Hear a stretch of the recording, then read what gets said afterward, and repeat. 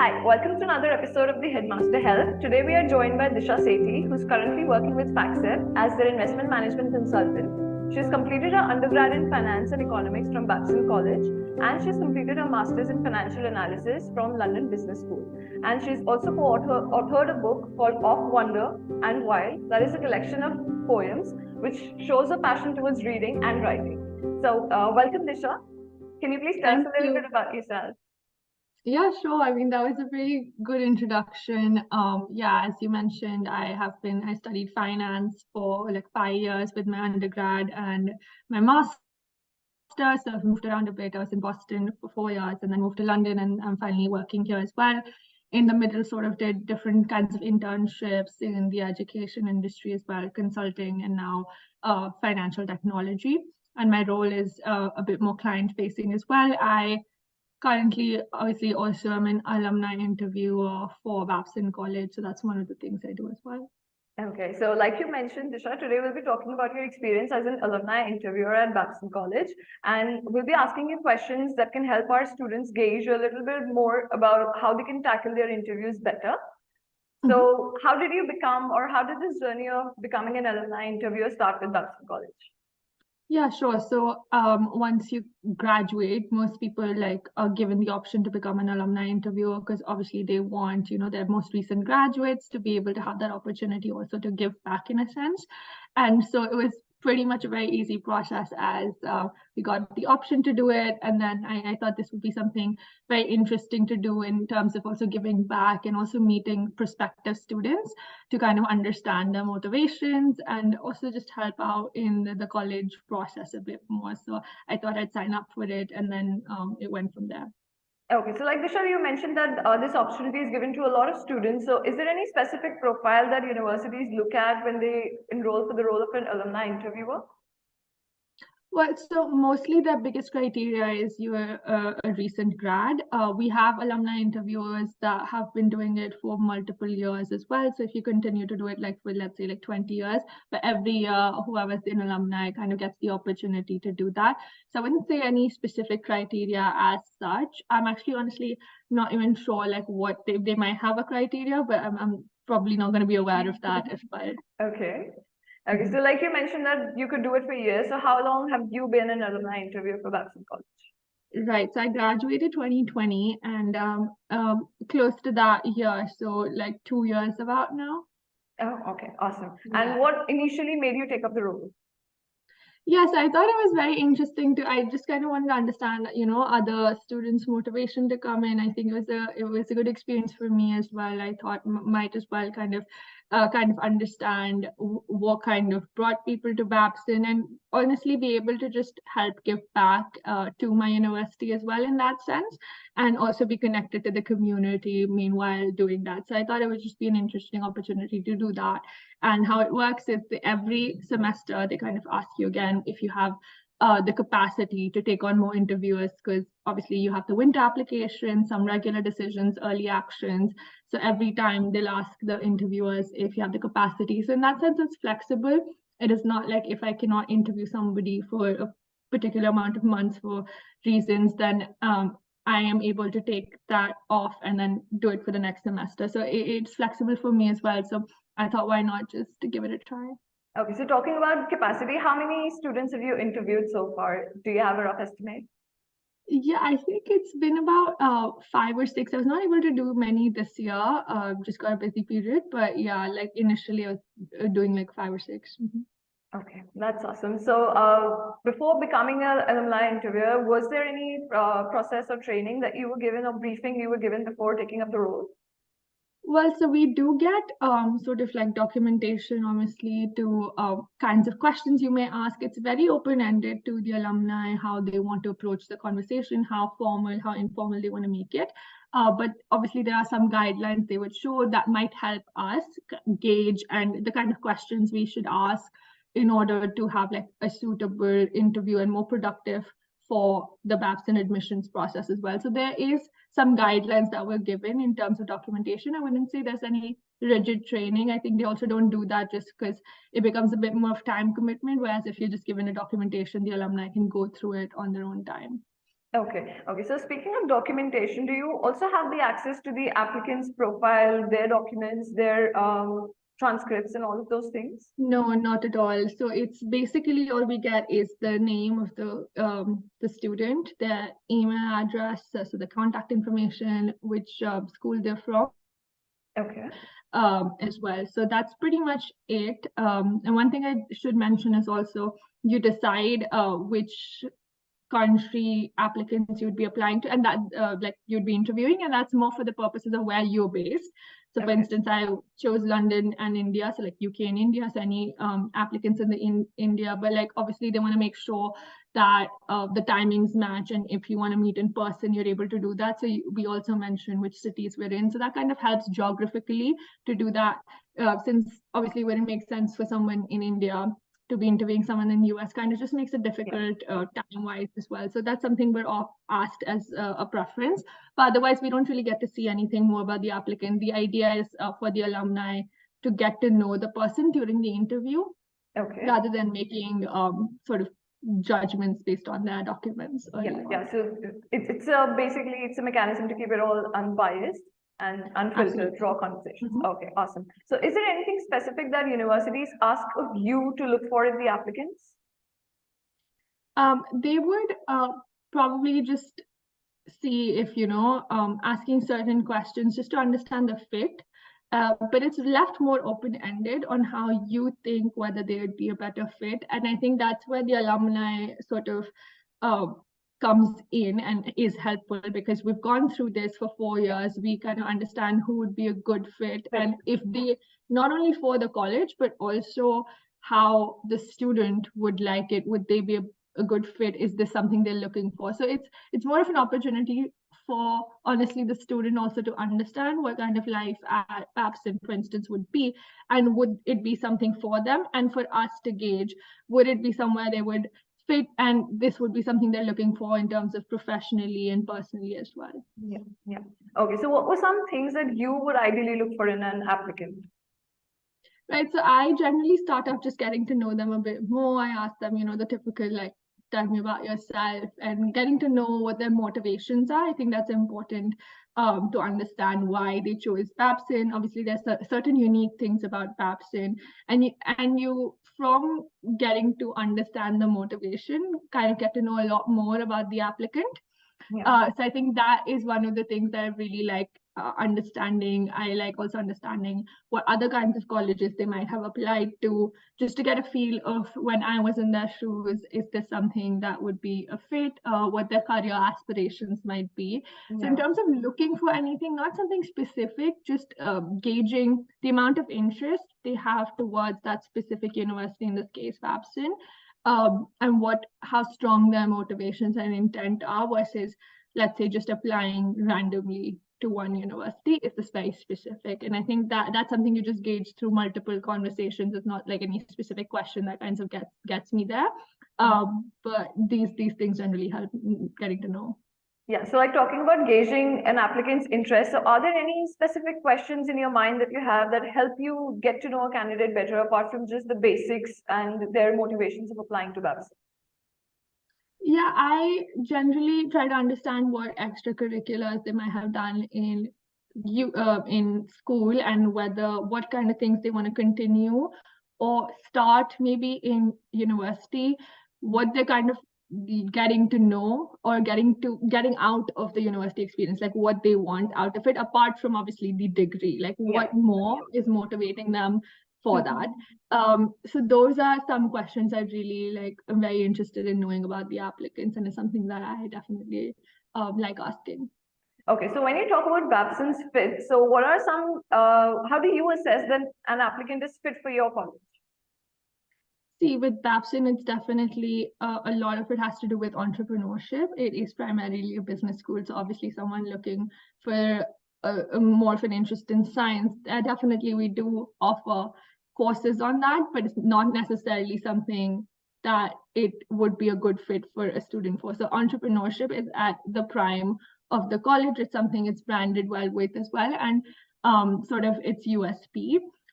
Having a business school also means, sort of the soft skills you get to learn, like practically, we, in the first year itself, you get to start a business of your own with a couple of team members. So collaboration is very key. And being able to speak up, sort of building those like team building and also leadership exercises, not being afraid of getting your hands dirty. So, you know, you're like being afraid of failure or anything like that. You do have like a lot of those kind of classes where you have to speak up, participation as part of your grade. So you really have to go out there and kind of build yourself in that sense. And obviously, one of the other things, apart from being a business school, I wouldn't say it's completely, as I mentioned, there's a lot of different kind of courses because it's a liberal or arts college as well. So, for example, I'm very interested in poetry. So I did a writing poetry class as well. And I think, you know, that's why I love learning about what else they like, apart from just being all about maybe like business or entrepreneurship or finance. Is there any other motivations? And I think Babson was really good for me in that sense, that you're able to pursue classes in, even there was philosophy, psychology, any other things as well. So I think to your question about the fit, I understand that as my college experience, and that was what Babson was about. So knowing more about the applicant in that sense helps me assess if that university would actually be a fruitful experience for them, or if they're looking for something else.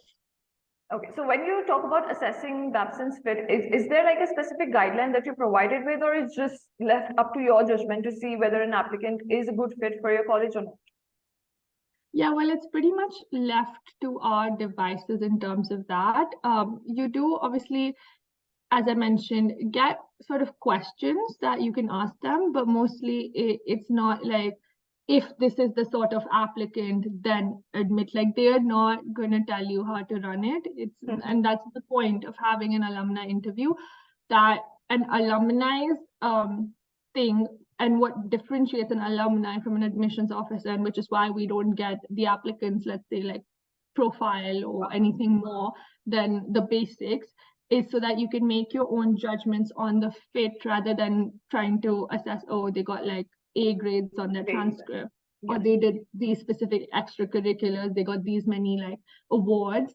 It's more to just understand on our own perspective. So I think like more than just kind of giving us the questions, there's not like any specific rigid guidelines there.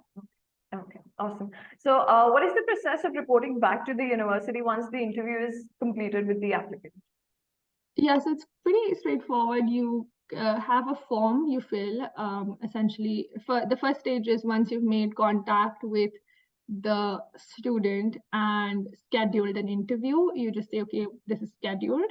So you kind of put that in the form. The next time, when the interview is done, you basically fill out the form. So there's multiple questions that you kind of answer whether you think it's a good fit according to you. And obviously, they make clear that despite like they might be a great candidate, we don't actually honestly know what's the weighting of an alumni interview, but I think it's just more of an add-on. So even if like they think it's a great candidate and maybe I probably did not see it as a fit and my survey my feedback reflects that, I honestly don't know if it's somebody who'd be admitted or not. So it's pretty much up to them in that sense of how much the weightage is on these things. Okay, awesome. So what are some common mistakes that you see students make during these interviews, and are there any things you would want them to know to avoid during these interviews? Yeah, I think, and this is something I'd heard earlier on when I was in school applying and, you know, in the same position, it's like, it's a very cliched, but very true, honestly, to be yourself. Like you can immediately as an interviewer tell whether, and this is like me with like barely any experience even during my first interview, you can immediately tell if someone's genuinely interested or if they've just like read off of the website and kind of are trying to show their almost like fake or like forced interest in something rather than being a bit more genuine. So I think it's important to take that as an opportunity not to be, and I know it's tough, like if you are in an interview, you obviously want to give your best impression, but treat it as something that is helpful to you as well. Like this is an opportunity, and that is how unis want that as well, that this is an opportunity for that person to be able to speak to someone who has lived through what your next 4 years might look like.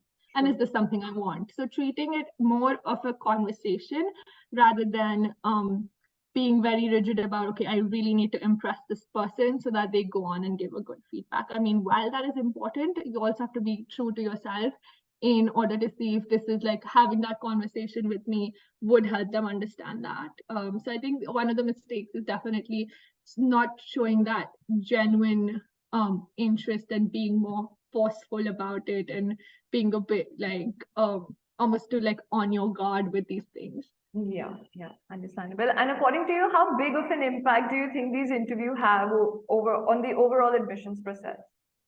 Yeah, I kind of touched on that. Like, honestly, I would not have a good idea. There's not much visibility on that in terms of the admissions process. For us, it's more like, okay, you have an opportunity to kind of give back to Babson by doing the interview and the person, and you have a conversation out of it. It's literally like not much of, like a time expenditure. So we don't really get to know. And there is an option, I believe, forgetting this, but there's an option to see if they did get admitted in the end. So you can see that, or like sometimes I'll have the student reach out to me and be like, oh, like, I got admitted or this or that, something like that. Yeah. But apart from that, honestly, it's not visible to us how much weightage is, as I mentioned before, given to these. So even if I give maybe like a negative feedback, and if they like the candidate, they might take them, or they might solely on my negative comments not take them. So I'm not really sure on that. Okay. And do you recommend that students ask questions to the interviewers in return towards the end of the interview or during the interview? Yeah, definitely. I would say that everyone has questions. You must have questions, especially for an alumni, as I mentioned. Like, you would definitely want to ask questions, try to get to know what you would want to ask. And I think that's something I emphasize in every one of my interviews, that I'm not going to be reporting back to the kinds of questions you asked, or it's more of an opportunity. Like, please don't treat this as something that every word is going back. It's more just like a general conversation. Treat it as like that. And if you have any questions, just openly ask them rather than kind of holding it back and thinking what is the correct question to ask versus what you really want to ask, right? Yeah. So the question should not be geared towards like impressing the person. Oh, like, that's a great question. It should be more like genuinely, if you want to know, for example, if you ask me even something specific like, oh, does the university offer this particular course, or do they play this sport, or anything like that, that's fine. That's specific to your interest. So I would definitely, I think it bodes well to ask questions rather than not. Yeah. So would you recommend, like, do you have anything specific in mind to say how students should prepare these questions, what type of questions they should be asking, and something they should be avoiding?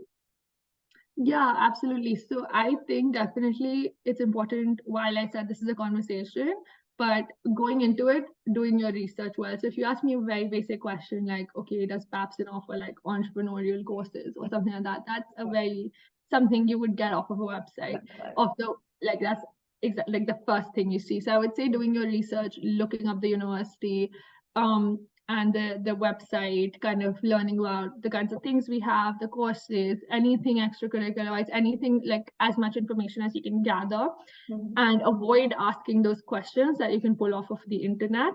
That would be the one key thing not to do. That really shows the person that you've not really done your homework, and you're asking questions that you can literally get off, so you're not even using this time well.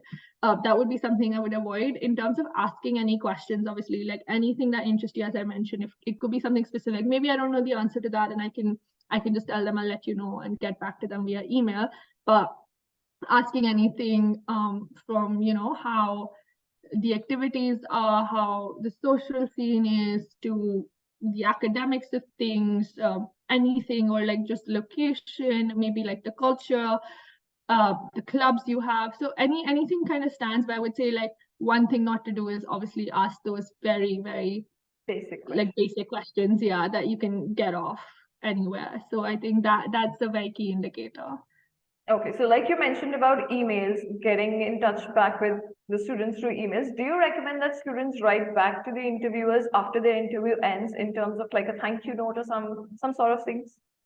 Yeah, I think I definitely appreciate that. That is something that students should do more of. That's something I actually learned in university and not like something I went through in school. But I think it's important to follow up, even though maybe after the interview, you think this is not a good fit for you, it's always nice to send a thank you note to the interviewer, whoever it is, just thanking them for their time.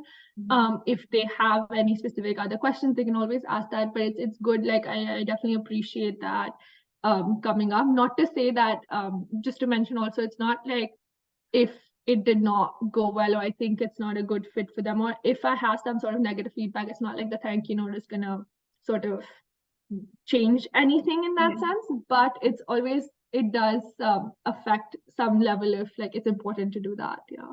So do you think, is there anything specific that they should be writing in their thank you notes or refraining from mentioning about the interview in their notes?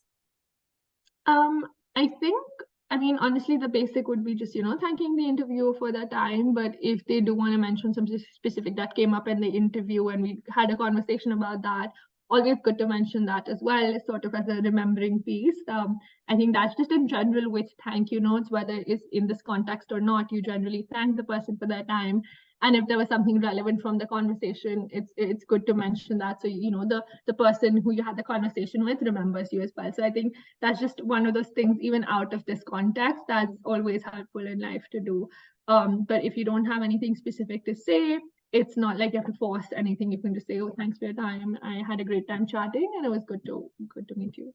Okay, great. I think that would put an end to all the questions that I have. So lastly, is there any advice you would want to give to our students who are preparing for their interviews? I would definitely advise, and I think it's very important, as I said, and I'll emphasize this again, that treat it as more of a thing for you as well, and not try to have a forceful conversation, but generally this is a good opportunity. Not everyone gets the opportunity to have alumni interviews.